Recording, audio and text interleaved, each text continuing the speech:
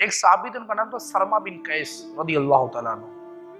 ایک دن وہ مزدوری کر آئے اور افطار کا وقت تھا، افطار کیا اور بس اپنی بیگم کو کہا کہ آپ کھانا بنائیں، تو وہ کھانا بنانے میں مصروف ہو گئی اور تھکن کے باعث آپ کی آنکھ لگ گئی۔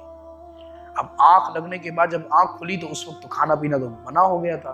جب بیگم کھانا لے کر آئی تو آپ نے کہا اب تو میں نہیں کھا سکتا، ممنوع ہے، یہ منع ہے۔ اللہ اکبر۔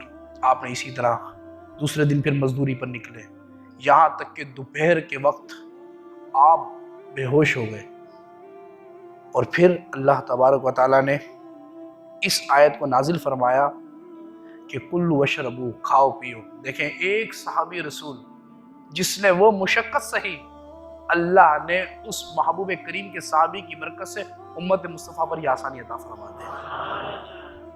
اس کو کہتے ہیں صوم وصال۔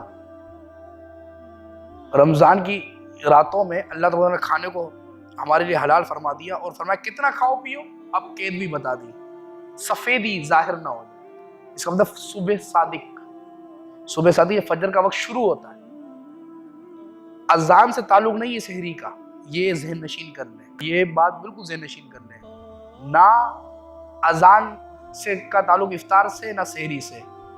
صبح صادق کا وقت جیسے شروع ہو جائے گا اس سے 2-3 منٹ پہلے آپ خود روزے کو بند کر دیں، اور یہاں پر بھی ایسا کہ غروب آفتاب کا جو وقت ہے نا اس پر آپ افطار کر لیں، ٹھیک ہے؟ تو یہاں پر جو تشبیہ دی تھی کہ کتنا صبح صادق تک بندہ کھا پی سکتا ہے۔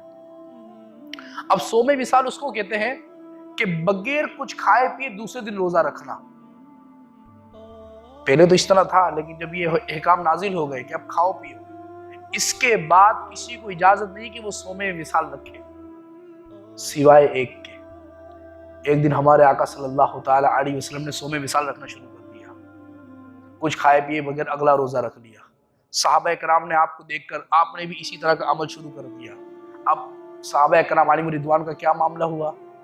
بشری تقاضے کے اعتبار سے معاملات کے اندر طاقت کی کمی ہو گئی ظاہری طور پر، تو حضور اکرم صلی اللہ علیہ وسلم نے فرمایا ایکم مثلی، بخاری شریف کے الفاظ ہیں، تم میں کون میرے جیسا ہے؟ صابر خاموش۔ پھر بعض روایت میں یوں بھی ہے لست کاحد منکم، تم میں کوئی میرے جیسا نہیں۔ لست کاحد منکم کے بعد ہو رہا ہے لست کہیئتکم، تم میں کوئی میری حیت جیسا بھی نہیں۔ اللہ اکبر۔ سارے صحابہ خاموش۔ پھر حضور نے فرمایا کہ میری رات تو اس طرح گزرتی ہے کہ میرا رب مجھے کھلاتا بھی اور میرا رب مجھے پلاتا بھی ہے۔ تو پتہ یہ چلا کہ صحابہ کرام کو جب حضور نے کہا کہ ایکم مثلی، تم میں کون میرے جیسا ہے، تو کسی صحابہ نے یہ جرأت نہیں کی کہ حضور آپ ہمارے جیسے ہیں۔ لیکن آج لوگ کتنے بدبخت ہو، آج لوگ کتنے بے دریغ کہہ دیتے ہیں کہ حضور تو ہمارے جیسے ہیں، نعوذ باللہ من ذالک۔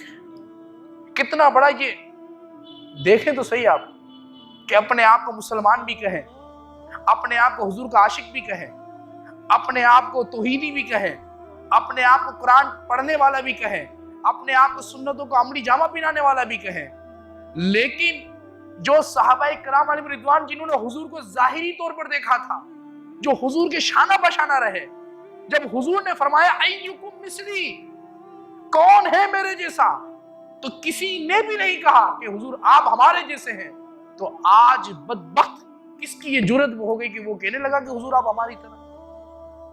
فتویٰ عالمگیری کے اندر جو 500 علماء نے مل کر لکھی اورنگزیب عالمگیر بادشاہ کے دور کے اندر، اس کے اندر یہ مسئلہ واضح لکھا ہے کہ کوئی شخص اگر حضور کو اپنے جیسا کہے، حقارت کی نیت سے ہی کہے، یا تو نیت کا بھی دخل نہیں کہ کوئی اپنے جیسا کہے، تو فرمایا وہ بندہ کافر ہے۔ اب اندازہ کر لیں، یہ امام عالمگیری نے اس بات کو لکھا ہے۔ تو اس لیے حضور اکرم صلی اللہ علیہ وسلم ظاہری طور پر ہم جیسے ہیں۔ اعلیٰ حضرت نے بھی یہی احتیاط کی، لوگوں نے ترجمہ کیا کہ حضور آپ ہماری طرح ہیں، قل انما انا بشر مثلکم کا سب نے یہی ترجمہ کیا، لیکن اعلیٰ حضرت پر قربان آپ نے فرمایا اے محبوب آپ فرما دیجئے ظاہری صورت میں تم جیسا ہوں۔ کیا خوبصورت ترجمہ میرے اعلیٰ حضرت نے کیا۔ ظاہری صورت میں میں تم جیسا ہوں، حقیقت جو میری ہے وہ میرا رب جانتا ہے کہ میں کون ہوں۔ اور یہی بات ابو بکر صدیق سے بھی حضور نے فرمائی، وَلَمْ يَعْرَفُونِي، کہ میری حقیقت کوئی نہیں جانتا، کوئی نہیں پہچانتا، غیر رب ہی، سوائے میرے رب کے، میری حقیقت کوئی نہیں